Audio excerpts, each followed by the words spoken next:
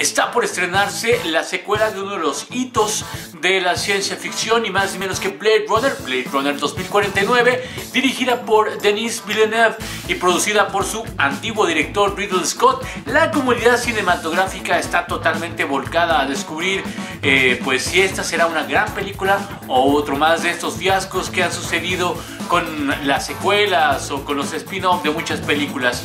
Pero ¿por qué no recordamos de qué trataba la original? Viajemos en el tiempo esta semana en la sala de cine y recordemos Blade Runner 1982.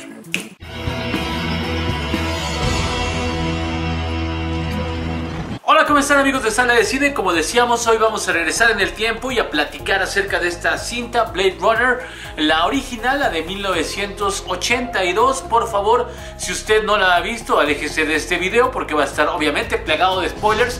Y es que queremos recordar qué es lo que hizo grande a esta película, qué es lo que la convirtió a la postre en una de las grandes cintas de ciencia ficción, una de las 10 mejores cintas de ciencia ficción según la AFI, una de las más recordadas, una de las más citadas e imitadas y que influenció a una serie muy importante de películas, pero que hay que recordar en su momento no fue bien recibida por la crítica. Muchas personas la tacharon de ser una película sobrevalorada, una película tanto sin sentido, lenta, carente de emociones y bla bla bla bla bla bla bla bla bla. Sin embargo, el peso de la propia película la ha convertido en una cinta de culto, una cinta infaltable. Y por supuesto está basada en una novela de Philip K. Dick, uno de los gurús de la ciencia ficción, uno de los escritores más importantes. En su novela Sueñan los androides con ovejas eléctricas. No es una adaptación tal cual del libro, sino que se basan en mucho de lo que platica ahí nuestro escritor para crear esta historia particular para la pantalla, dirigida por Ridley Scott, que ya había tenido el gran éxito de Alien y decide pues meterse nuevamente al mundo de la ciencia ficción y lo hace con un acierto impresionante. Tenemos ni más ni menos que un reparto compuesto por Sean Young, Rutger Hauer y por supuesto Harrison Ford en otro de esos papeles emblemáticos. Platiquemos de qué va la historia, y es que estamos en Los Ángeles en el año 2019. En aquel entonces imaginaban que para entonces los autos iban a volar, las ciudades iban a estar cubiertas de polución, la cultura china y la cultura latina iban a impregnar aún más lo que es la ciudad de Los Ángeles, que se iba a convertir en una ciudad oscura, difícil, lluviosa, que bueno, es parte de la ambientación que le da Ridley Scott a esta película y que la hace tan maravillosa. Y bueno, en este futuro distópico tenemos a los replicantes, que son una suerte de androides que sirven como esclavos para los seres humanos, que son muy similares a nosotros. Es prácticamente imposible distinguir quién es un replicante y quién no, pero resulta que ante el hecho de que algunos de ellos se han revelado ante la humanidad, tienen prohibido ingresar a la Tierra. Ellos trabajan en algunas estaciones espaciales y ellos tienen prohibido llegar a la Tierra. Quienes lo hagan serán exterminados. Bueno, en la película nos aclaran que no son exterminados, sino retirados del servicio, siendo pues obviamente asesinados o desactivados o no sé de qué manera decirlo, destruidos por los Blade Runner. Y bueno, en el caso del señor Harrison Ford, interpreta a Rick Deckard, quien va a ser uno de los mejores Blade Runners de la historia y quien es llamado a cumplir una misión cuando 6 de los modelos más avanzados escapan y llegan a la Tierra tratando de encontrar a su creador. ¿Y esto por qué? Bueno, pues porque los replicantes solamente tienen 4 años de vida, previniendo que en el desarrollo de sus emociones pudiesen revelarse como está sucediendo ante los seres humanos. Y bueno, en el proceso de la investigación tienen que acudir con el creador de estos seres, el señor Tyrell, de la corporación Tyrell. Y ahí también encuentran a una replicante más, una replicante a quien le han implantado recuerdos de tal manera que es incapaz prácticamente de reconocerse a sí misma como un replicante, es decir, se asume como un ser humano y es el modelo más avanzado. A partir de ahí obviamente viene una persecución en contra de estos seres, pero creo que ahí es donde comienza a ser muy interesante la historia, y es que no va a ser una historia de buenos contra malos. Realmente estamos hablando de esta revelación de un ser que toma conciencia y que como tal empieza a hacerse preguntas importantes como cuál es el motivo de la vida, por qué estamos aquí y por supuesto por qué hemos de morir y por qué alguien ha de decidir como una suerte de creador cuánto tiempo tenemos de vida y cuáles son los límites en los cuales podemos movernos.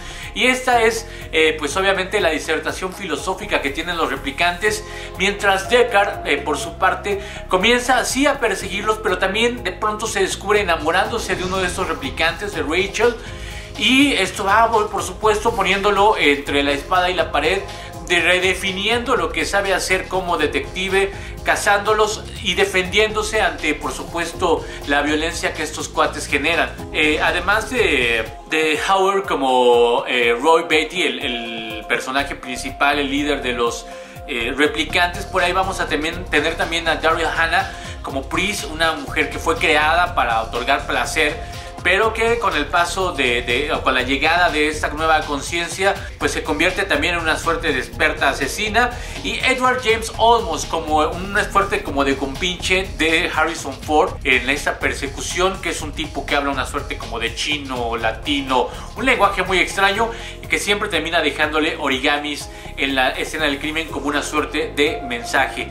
¿Qué es lo que hizo tan maravillosa esta película? Que en su momento decíamos fue, la verdad es que bastante despreciada por la crítica. El público la consideraba aburrida, lenta. Y es que no es que sea aburrida, pero sí es una narrativa muy lenta, con un estilo maravilloso. Y esa es la primera cuestión que la hace realmente memorable. Estamos ante una obra que deslumbra por su oscuridad. Y aunque parezca como contradictorio lo que estamos diciendo, es maravillosa la ambientación que le da Ridley Scott a esta película.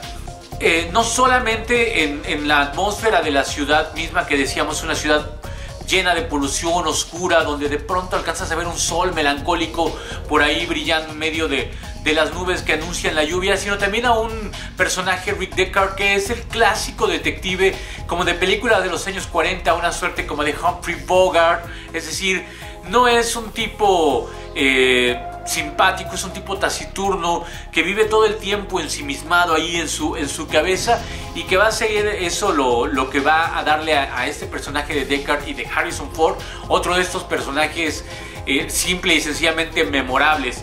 Por otro lado también tenemos, y esa es la base de toda buena historia, tomar a Philip K. Dick, que es uno de los grandes escritores, o fue uno de los grandes escritores de ciencia ficción, que a la postre se convertirá en uno de los más adaptados. Películas como Minority Report, Una mirada a la oscuridad de Scanner Darkly, que es una de mis favoritas, como El Vengador del Futuro, serían llevadas a la postre gracias al éxito que generaría en ciertos círculos esta película de Blade Runner.